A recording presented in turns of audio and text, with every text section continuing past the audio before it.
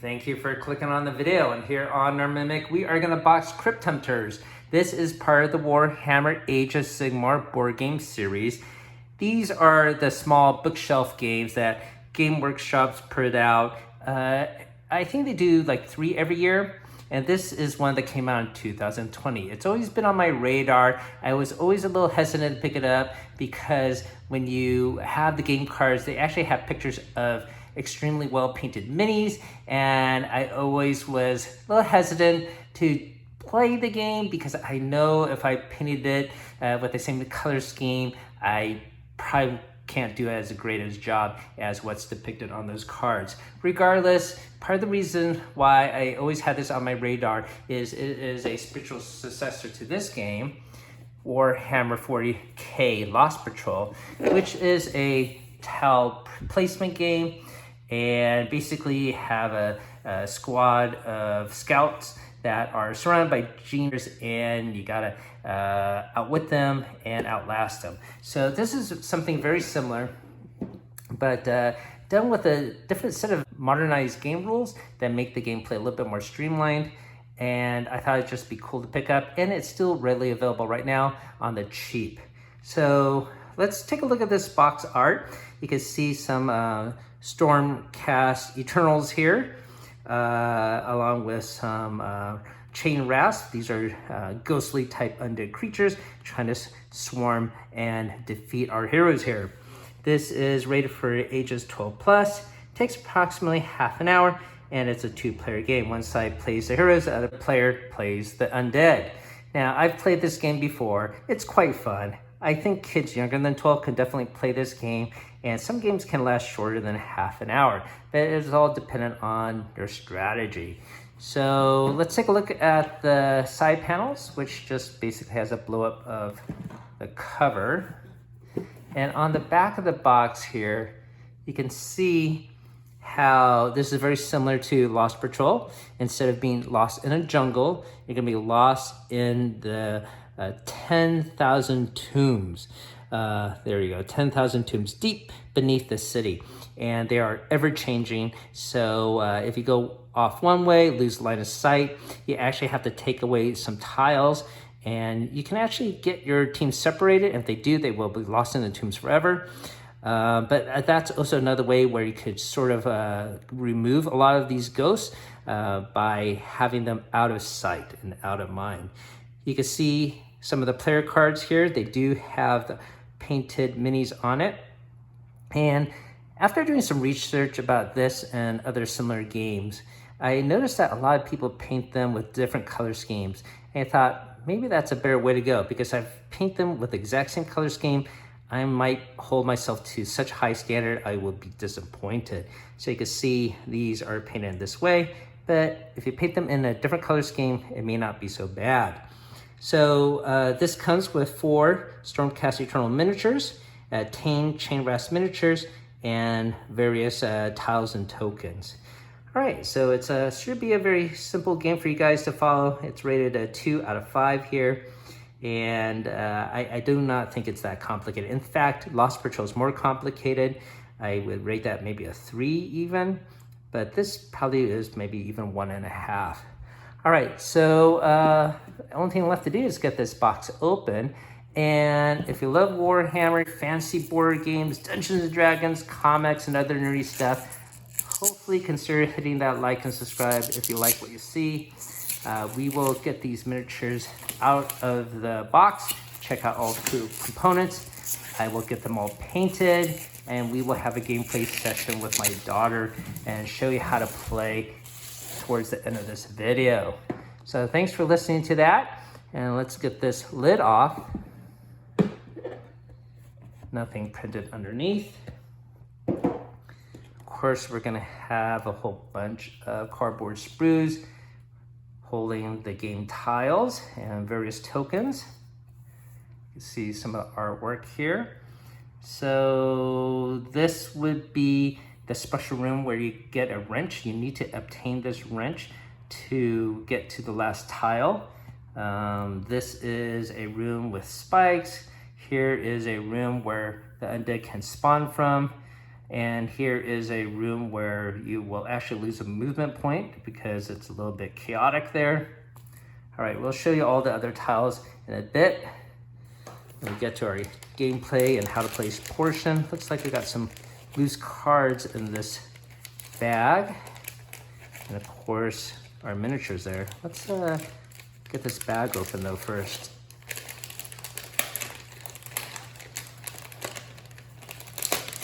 Okay. Let me pour this off this side. We should look at the rule book first. All right, so here is the rule book. It is approximately, oh, it doesn't say the page number here. Maybe 12 pages or 16 pages. Okay, so we have our list of components, and we also have a backstory for the game. You could pause the video here and read it if you choose, but basically the city's being overrun. We have to go inside the 10,000 tombs, find this treasure known as a Haitian illuminator, and bring this potent artifact out and unleash its pure magic to destroy the undead. Okay, so here is the setup. How to play, description of the special tiles here. You can have a short campaign game. Basically, it just lengthens it by having a stairwell and go at a second level. It's not too involved. Here are some achievements, or basically goals you could go for to give you a challenge. And then here is the assembly guide for the various miniatures. Here is some more backstory, the Stormcast Eternals and the Night Haunt. So a good introductory set to just get you into this world of Warhammer Age of Sigmar. You can see here is a list of the miniatures within and painted to their high Citadel standards. It should be noted that this miniature here, I don't believe this one is actually in the box. It's a different one with a empty hand and sword. It doesn't have a wooden rack associated with him. So I think this one's a little bit off. Okay, so that is the rule book there. I think this is probably a catalog. Yeah, simple little catalog. This is from 2020. You can see how they have other bookshelf, small Warhammer games, Blitzball, whatnot.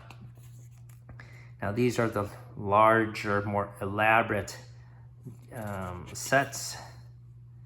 Of course, White Dwarf magazine. We'll set that off to the side. If you like playing the undead as a train rasp, how about playing a vampire? This is a game called The Hunger by Richard Garfield, and it's our free giveaway this month. I'll put a link down below on how you can win this prize. If you're watching this from the future, well, sorry you missed out. Hit that sub button, and you can click our main channel page to check out our current giveaway. Got the bases. Got 3 cups and dice. The lightning bolt denotes a hit for the Stormcast. The skull denotes a hit for the chain rasp. This is the sprue for our heroes. And you can see they are on custom bases. These miniatures have been in other sets before. So even though this game takes underground, you can see how these bases actually have leaves on it. It's more like an outdoor rune type setting. Okay, and here is the sprue for the rasp. Uh-oh, looks like one came loose. Hopefully it's not broken. These are a little frail, so we want to be careful with them, especially the leader here with this really long candlestick holder. All right, so pretty cool. And if you weren't willing to paint them, they do have this ghostly blue on them already, and the heroes of course have a golden hue to them, so that's pretty cool. And here is the Plaxa insert, which is really nice. We're gonna put our dice here, we'll put our tokens here, our cards here, and the miniatures will fit into the various slots here. So it does come with a very, very cool plastic insert. Here are various cards for the game. The only thing left to show you guys. Sorry, trying to pick up these cards here. All right, so these two represent the undead. Here is the standard chain rasp, and here is the leader. So basically, if there are 4 of these chain rasps on the board, then the Dread Warden can show up, and he will be able to give the chain rasp player an extra action. So, so that's something you want to avoid. We'll set these cards off to the side. They, of course, will have cards for the heroes. Let me see, it's going to be these cards here. All right, so our 4 heroes. Eric Huntscorn. This is Oris Sherlight. He is the leader. So if he is alive in the game, the other characters in his team will get an extra action. Here is Astrid the Deliverer. And we got this Griffin Hound, mixed breed dog. He is known as Valiant. Okay, so he's the one that moves the fastest. He has a movement of 2, the others just move 1. But he also has the lowest hit point here. All right, so these are the player character cards. And then it looks like we got some 2-player aid cards, round sequence, flip side. I think it's the same. All right. And then we got some cards that I could use for the chain rasp. You're gonna shuffle these up. The chain rasp player can draw 3 and use these at any point that is appropriate for them. Just flash these very quickly. Some of them give you extra moves, extra attack, whatnot. And of course, our heroes are able to drop 3 cards as well and use them anytime they deem appropriate. So they will avoid damage or give you extra move, things of that nature. So we'll show you how this works out during gameplay later. All right, so that's pretty much it for components. Pretty cool. What I'm gonna do next is get these minis assembled and get them all painted up. We got our chain rasp all primed. I thought it was better to leave it on the sprue, and we'll cut them out later. Got the chain rasp all assembled, and I got some initial colors on them. I just want to point out, yes, that this miniature here, it only comes with one side. It's actually missing the back side. You can see there are some sprocket holes here, and there's no sword for him to hold. It's not on the chain rasp sprocket, and it's not on the gold sprocket. So you cannot complete this chain rasp number 5. However, they do include this one. So he has a front and back, so he is complete. He's actually not depicted anywhere here. So for some reason, they include this one, which is not pictured, and they have a picture of this one, but it's not complete. I don't know what happened with production there, but it's just an odd error to be aware of, but you do have enough to have all 10 chain rasp. We have the box all complete now, and all the minis in their appropriate slots. You can see how this plastic insert is very cool. All the tiles fit in the appropriate slots, and the dice and tokens are within. We'll show that off in a bit.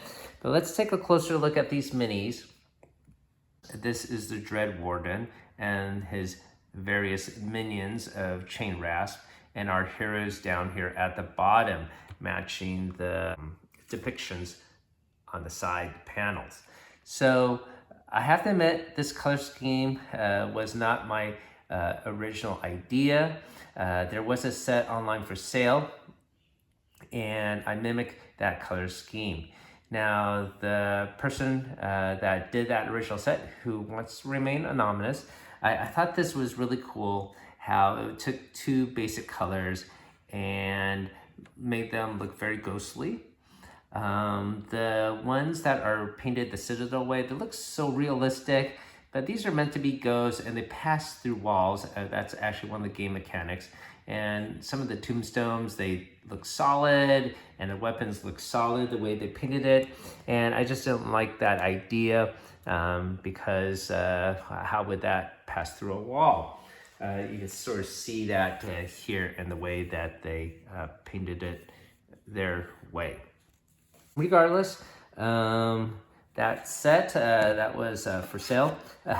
Some of the miniatures were actually not assembled correctly, and some of them were broken. So anyways, we have our own set here. The heroes, though, were intact. And what I did was I enhanced them a little bit.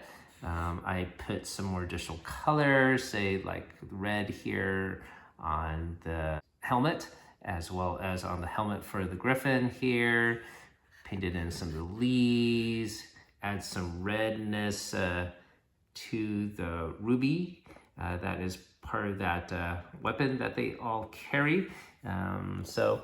Anyways, a lot of the work for the heroes were done. I just added some more details to them. So it's a beautiful looking set, and I can't wait to show you how this all looks on the table. But before we do that, let me give you a sense of how this game plays. There are several special tiles here. This is the starting tile, and you can see it has 6 different exits.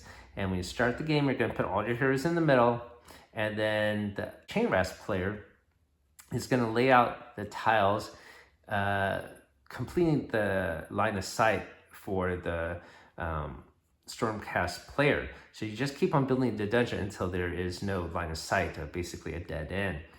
And there are certain objectives. This one I mentioned already is the wrench, and they need to obtain this to be able to access the treasure here. I'm not sure why that is. Maybe this is heavy and they need the wrench to lift up. Something of that idea. Doesn't really say exactly. There is another special tile. This is the stairwell. This is for the campaign only. So you can set this off to the side. You're going to mix this wrench into the stack of tiles here. And you will actually take this objective goal and put it at the bottom of your dungeon stack. So very easy to accomplish the dungeon tile stack there. Here are the cards in the appropriate slots. The tokens fit into the wells here, and here are 3 dice. So we'll get more into the how to play mechanics a little bit later. When I grab my daughter, we have played this several times, and we do have a blast. She does like to be the ghost because they do have a little bit of advantage, but I think I'm getting better at playing the Stormcast Eternals and figuring out how to manipulate the dungeon in my favor. As I mentioned, there is a removing the dungeon tile mechanic that's better shown than explained. Welcome to our how to play portion of Warhammer Age of Sigmar Crypt Hunters. It is a 2-player game where one side plays the heroes, the Stormcast Eternals, and the other player plays the undead chain rasp. So my daughter is going to be the undead and I will be the heroes. And we are essentially ready to go. So we have the dungeon stack set up as I mentioned before. We have the entrance tile set up in the middle here and our 4 heroes. Now this is the only time where all heroes can be on the same tile. After this setup, you only could have a maximum of 2 heroes on a tile. So you're actually forced to move your heroes out of this location. You can't keep them in there. So you need to move at least 2 of these. So basically, once you put that entrance tile, the chain rasp player is going to set up the dungeon. So my daughter's going to draw the top tile there and place it anywhere she wishes. All right, so here is a tile with a trap. So if I enter there, I will receive a wound each time I enter there, right? Mm-hmm. Okay, so keep on setting it up. She's going to keep on progressing the dungeon according to a line of sight. So here is a turn. So will you add any more? No. Nope, because it's not in line of sight. Yep, so now she's going to pick any other side she wishes and keep on progressing. All right, so that's okay. This dungeon can get quite big. All right.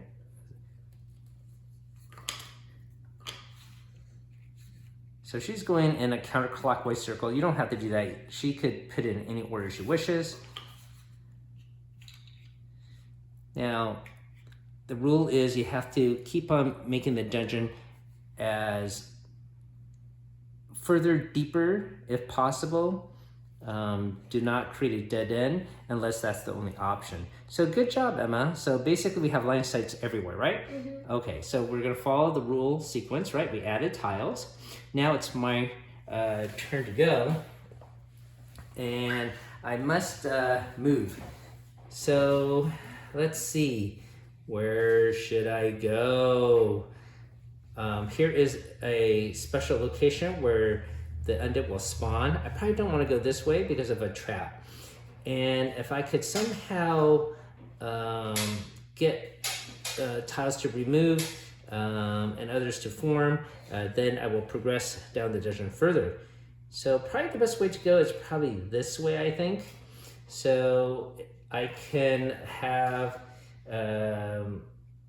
2 actions for each character. So I am gonna move our leader, 1, 2, and if I am on this location, a chain rasp will not spawn there. I'm gonna move 2 more here. When the dog can move faster, move 2 spaces, 2, and then we'll end up here. And this guy, he can move 2, but because my hero is still alive, I get a bonus action for any of the side characters. So not the leader himself, but for the other characters, and so he will go here. So that's gonna be my choice. Then we remove tiles, right, Emma? Yep. So what tiles get removed? Where the ones you can't see. Yeah, so basically we presume that the hero can move 1 space and remove tiles that are not within line of sight. So these. Yeah, so I think those all disappear, right? So we're gonna set this off to the side. Okay, and because we're going this way, I'm just gonna rotate the dungeon this way, all right? Okay. Okay, now it's time for chain rasp reinforcements. So let's get some chain rasp minis. And where do they go? They are gonna show up at the entrances to the dungeon. So here is one entrance, okay? If this was, say, a bifurcated entrance like this one, then there would be 2 changes. But here it's just 1, right? Mm-hmm. And that's it. So they show up. Now it is your turn to institute 3 action points. So she could either move, and she could actually move between walls. For example, if let's see, if this tile was here, for example, you could actually move here. That would be considered 1 movement point. Or she could drift through open line of sight. So she could drift all the way across, and that actually would be considered 1 action. And the third action, of course, is the attack. And I could also carry 1. Correct. When you drift, you could carry as many other fellow chain rasps over for a maximum of 3, and she has a maximum of 3 chain rasps per tile, so that's coincides with that number. And the other rule you have to keep in track of is attack. When you attack, you only could attack once per group of chain rasps. You can't have the same chain rasp attack multiple times. All right, so that's it. So what are you gonna do with this? You got 3 actions. 1, 2, and attack. Which character are you gonna attack? The powerful guy. All right, the leader, right? Yeah. So basically she gets 1 attack die per attacker. So that's basic 1 dice, and the skull would be a hit. All right, so that would be a miss. All right, so that is... I can do one more thing. Something go away. Hey, that's true. You can drift away and move, okay, to save yourself. Now, that being said, when I activate or attack, my weapon has unlimited range, but sometimes it is helpful to do that because the dog doesn't have unlimited range, right? He attacks just biting close by. All right, so the next thing we have to do is add tiles, and we add tiles according to that same rule of line of sight. So it would be in these areas, yep. Yes. All right, so there we go. And then it is now my turn to activate. And I think, like I said, I want to block these entrances. If I don't go here, then then a chain rest will spawn there. So I do want to head into those locations. So I'm going to have my first character, Valiant, go there. I'm going to have this character go here. And there is a spawn point here, so I sort of want to have someone be on this site still. But I'm going to have this guy go here and join up with the dog. And I'll have my leader shoot an arrow at the chain rest bear. So for the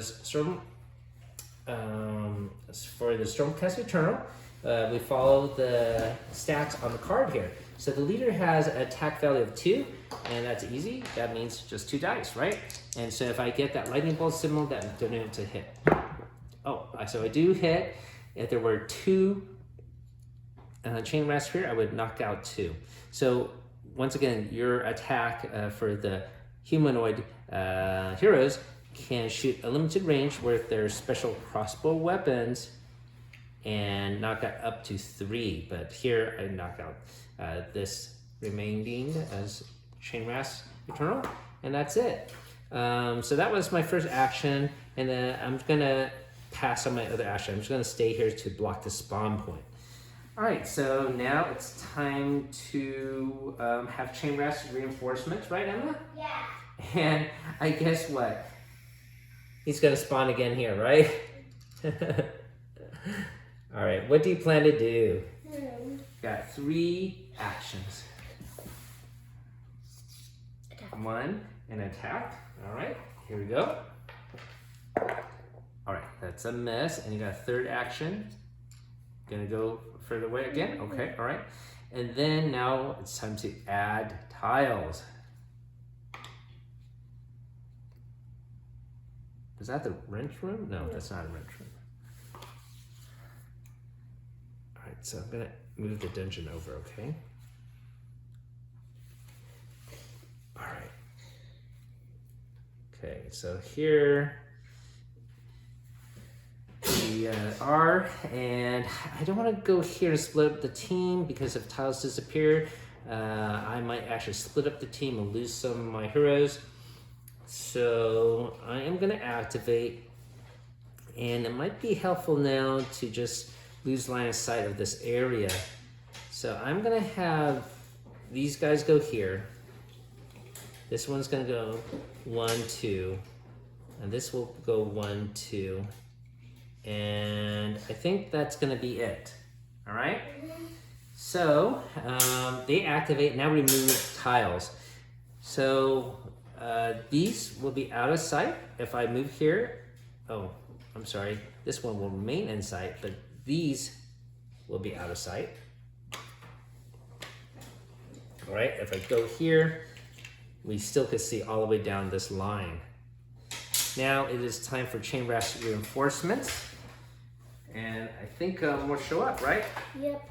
Yeah, so. 1. Yep. Here's another one. 2. Yes, that is correct. And 3. So if there was another one that spawns, the leader would spawn in, right? But not right now. Can I go now? Yeah, you got 3 actions. 1, 2, 3. 1, 2, 3. Yeah, Attack. well, that's actually one action, right? You could drift all the way across and drag everyone along with you. Because that's one This is action. my second action. Second action is attack. And who you're gonna attack there? The leader. The leader. Okay, 3 dice this time. Oh, 1 hit. So I take a wound token, put it on my leader. He only has 2 health, so he might get knocked out soon. Now we have 1 more action, but he can't really move, right? This is already maximum. So he's just gonna have to stay there, I think. Okay. Yeah? All right, so now we add tiles. Go ahead and add tiles. Nothing. All right, well, thank goodness it's that way and it's still within the camera range. Okay, Now it's my turn to activate. And I sort of want to have this guy go here. And I am gonna activate and shoot and retreat. So I'm gonna use the leader first. He has an attack value of 2. And I knock out 2. Lucky roll. And then he's gonna use his second action to retreat there. And then I'm gonna have this guy attack, and he has an attack value of 2. And I knock him out. The remaining one, and I'm gonna retreat back here. Okay. So the next step is to remove tiles. So line of sight with movement of 1, zoom to be here. So I can see here, but I can't see here anymore, right? So this chain rest on this tile actually goes away. And all these other tiles go away, that spawn tile and everything else. So you can see how if I push the dungeon, I can use it to my advantage. So there is some strategy to this game. All right, Emma. But I still have a long way to go, right, Emma? I have this much of dungeon tiles to explore. And now it's time to add tiles. Or do I put people first? No, you add, well, you're right. Reinforcements, you're correct. You're correct. 1, 2. 1, 2. There. Yes, and now you activate. You gonna go, yeah? Attack. Yes, okay, good call, good call. You always keep me honest. I appreciate your honesty. Okay, there you go. And you do 1 hit, and I'm assuming you're attacking the leader, right? But the leader isn't there. The leader is here, he is here. I thought it's this guy. No, it's this guy. Okay. Okay, all right, so you knock him out. So he's removed, yep. All right, and then, well, you have 1 more action, but I guess that you're just gonna pass on it. Okay, so now it's time to add tiles. So you're gonna have to add 1 to my line of sight, and that would be over here is a corridor of nothing. it goes to a junction point. Okay, so now I'm gonna activate. I lost my leader, unfortunately. I guess I should have him be further in. Next time I gotta remember to add that to my strategy. So I'm gonna have these 2 go here. I'm gonna have him shoot and then retreat. So he has an attack value of 2, Eric, and he gets 1 hit. So this this chain rest is removed, and I am gonna retreat here. Now, time to remove tiles. If I see here, if I go here, I can see down here. So this tile will still be here, but this one will be removed. And then now it's time for chain rest reinforcements, Missy. Again? Yep. Yep, 1 goes there. You got 3 actions. Move, and I guess attack, right? So here are 2 dice. Obviously you're gonna attack. Oh, and he gets 2 hits. Ew. Oh, but he took 3 wounds. All right, I'm in a little bit in trouble. All right, now time to add tiles. So I'm gonna move the dungeon again. Another junction point. A corridor. Okay, and an intersection or a turn there, right? Okay, so let me move this over again. All right, so now it's my turn to go. You know, I'm gonna move here, okay? And I'm not even gonna attack you here, Emma. I'm gonna retreat 1, 2, okay? So the reason for that is I can remove tiles. So if I go here, and don't forget you have special cards. You wanna use your power cards. I'm okay. Every character, every team gets 3 cards I mentioned previously during the unboxing to utilize, and there are different ones. So I might actually play this Overwatch one. So play this card after Eternal has moved or attacked. Place an Overwatch next to one castigator, all right? And each time a chain rasp attacks the tile the castigator is in, I can attack the chain rasp before the chain rasp make an attack roll. So I'm in Overwatch. So I'm gonna play that power card right now. So now it's time to remove. If I go here, I can see here and I can see here. But guess what? I can't see these two tiles. So these chain rasps are now gone. Okay. All right, now time for chain rasp reinforcements.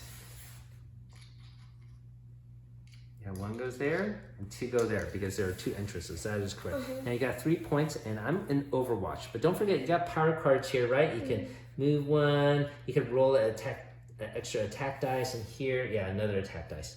Okay, so what are you gonna do? One. Yep. Okay, or you could group up at 3 or just be there. Okay, so maybe that's good because you know I will attack you, right? So I can attack this group before you attack me. And so that is Eric here, and that is, Eric over here, and he gets 2 dice. So let me see if I get any, I get 1. All right, so 1 is knocked out. Now you can attack. You want to use a power card and get an extra dice? Mm-hmm. Yeah? 2.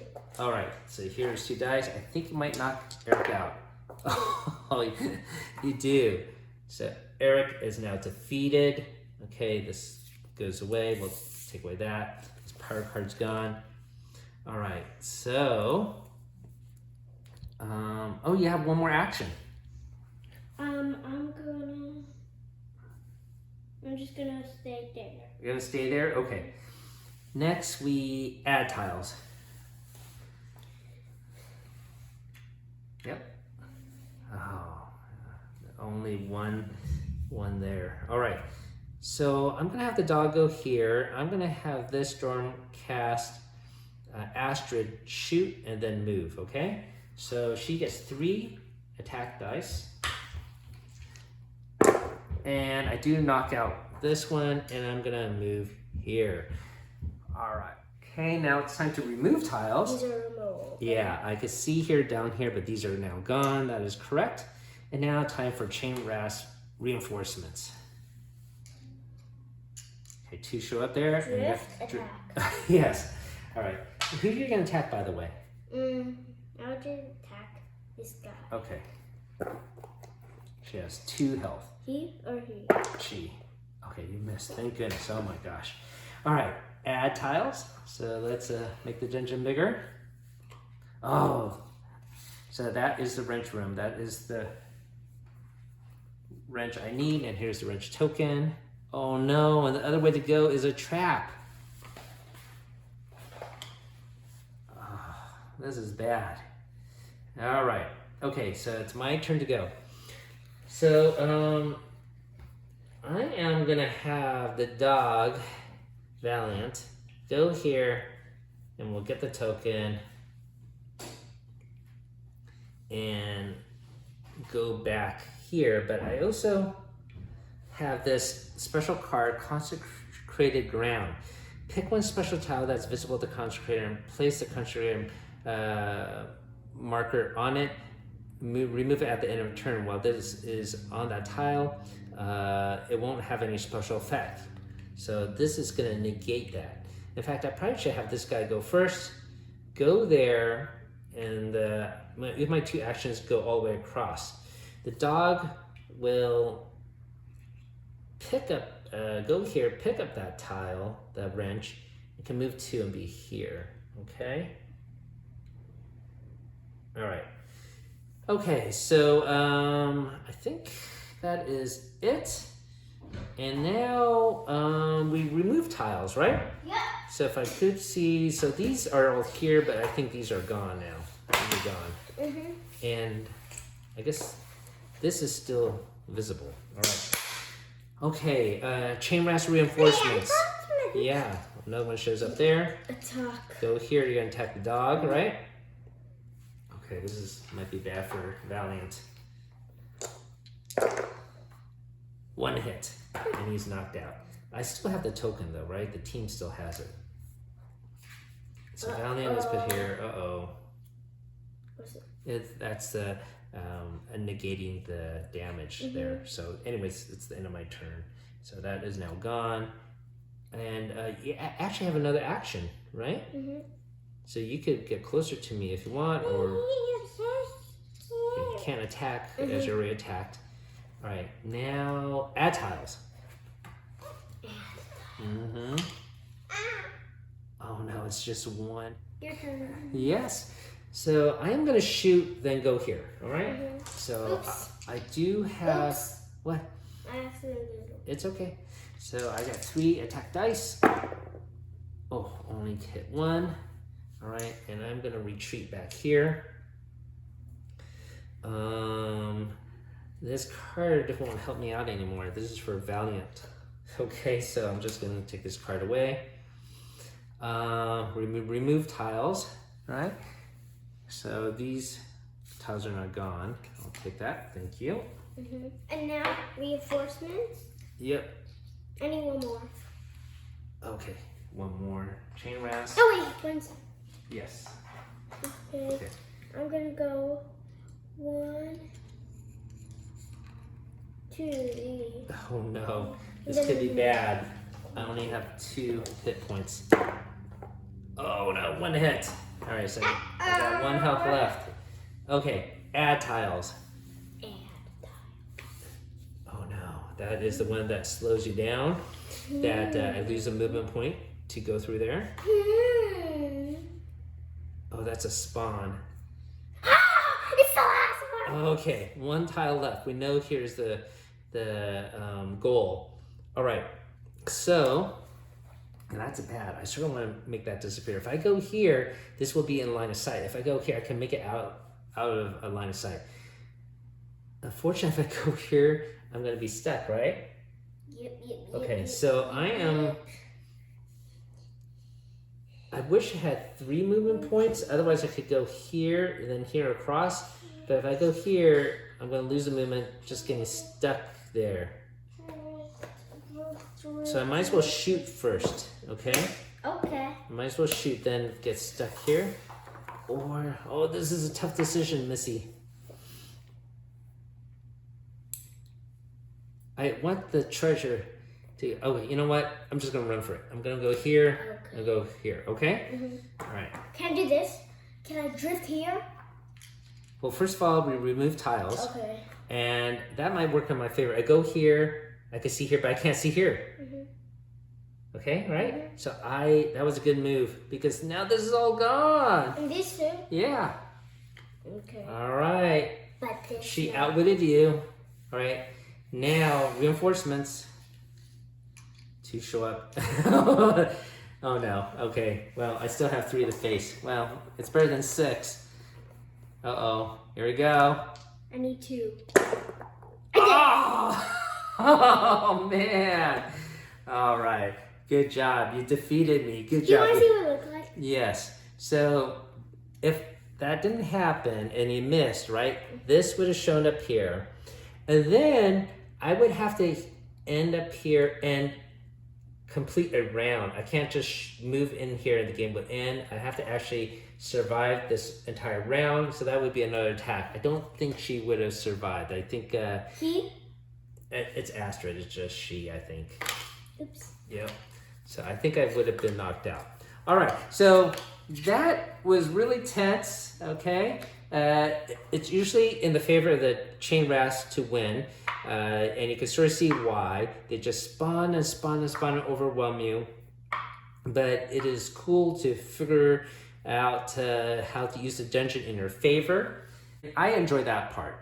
But I think you enjoy overwhelming me and defeating Daddy, yes? I got 2 exactly. Yeah.